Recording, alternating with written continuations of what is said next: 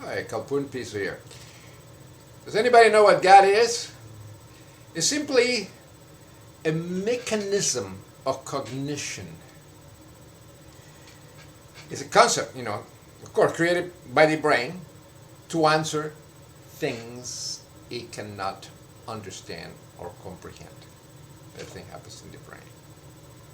People take for granted the fact that we create concepts, thinking, via billions of neurons, or billion neurons, quadrillion of synapses, and all these mechanisms in the brain, product of evolution, different sections of the brain actually prove that it's true, that it's evolution, everything evolved.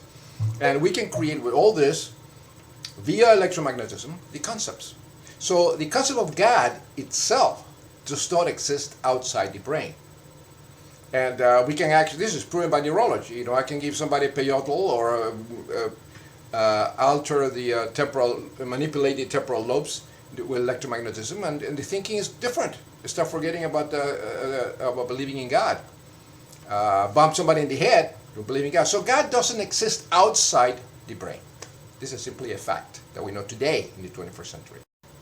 This is simply a truth that no person infected with religious psychosis can overcome. It's impossible. That's the reason why I get all these answers to my videos and by people that they ignore the fact. They come around with the Bible and the God outside the brain. No, they're posting, and they're posting in English because they're conditioned with the language. And they're posting all this nonsense of the Bible tells and all that because they're being conditioned, educated by the parents and the society and everything else with and the teachings or this crap or this religious nonsense. They're just like schizophrenics, and they don't realize it. And then they think, I am deluded or I'm crazy. No, I'm simply exposing a fact. Backed up by evidence, because all my videos are backed up by. Since Egyptian times, dogs were gods, like Anubis. And here we have Mithras, another god with a dog. And we'd see the Canid. Dogs were gods. Well, this Canid is a dog, which is God backwards. And also a product of evolution. And it's interesting because he also has a brain, product of evolution. But he doesn't have cognition like I do. I'm aware of myself. That makes me, like any other human being, a crazy, evolved primate. Created God, primate. God exists only by cognition. It's a mechanism of cognition, which we have to answer things that we cannot answer. The moment we don't, and it happens all over, every tribe, every civilization in the world, when they look at themselves and look at the stars and say, what's happening here? Where we come from? One answer, God. And God has many. Somebody is Allah, somebody is Jesus, to somebody is the dog, which is actually a God. It's my God, right? So anyway, that's what happens. And people don't realize that. And that's the truth. God doesn't exist outside the brain that creates it. One doesn't see animals worrying about themselves and they're going to die or anything like that. No.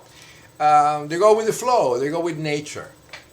We are the only crazy apes that worry about that. I have to invent God, the concept, to cope with what happening is we're going to die, and guess what happened? We're going to rot. Either out of being cremated. I'm going to be cremated. So my spirit goes into the experience by air. That actually go into the ashes, go into the sky and go back to Mother Nature, like the Romans used to do. No, but the Romans believed that there was a God. All these gods, they're going to have a life after death, because we create life after death, the concept. But I know better. I don't go back to the earth. I go within my own self, having a great life, because I'm an atheist. I'm mentally healthy. But let's go back. Let's go back to Rome. God is dog backwards. Well, in Roman times, there's an interesting thing. In the city of Rome, there is a beautiful temple of the goddess Maya, Venus, the mother of Julius Caesar Christ. And this temple Actually, it was built by Hadrian, that built the Pantheon. That was also by Christus. And he built this temple of these two goddesses. But they were, one was Maya, Venus, and you can still see the niche today. It's in front of the Colosseum. And in the other side had the city of Rome, Roma. But see, Venus, Maya, is also just the goddess of love. In other words, we came out of vaginas, brought over a sperm and egg collision. And this goddess, the goddess of love, the one that keeps us alive with the milk, the river of life, our mothers. Well, it was, the word is amoR. In Latin, amoR means love. amoR. And Roma is backwards. So the temple of Venus and Roma, amoR and Roma, were back to back in front of the Colosseum. Beautiful temple. God doesn't exist, it's only in our imagination. Here is Isis, or Venus, or Maya, with baby Horus, Christ. And here is Venus, the life giver. And here is Maya shooting milk on the mouth of a saint. It's interesting about the temple of Venus and Roma. Venus is the goddess of love, the giver of life, and Roma, represented also as a lady, was represented the city of Rome. The temple of Venus of Roma had two, were built by Hadrian about the 2nd century. It's interesting because the temple is like this, and then you have two niches. One that you see today, they were like this in the center, and back to back.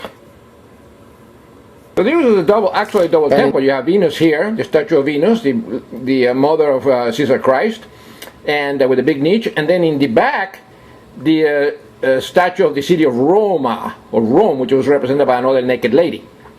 So all this was stolen by the church, and then they built a church on top of this that you can see today.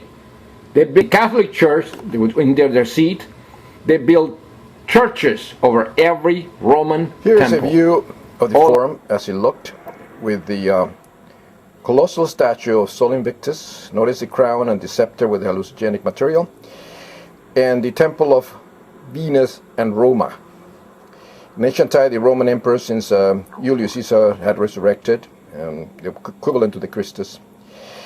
And this is the way it looks today. The way it looks today.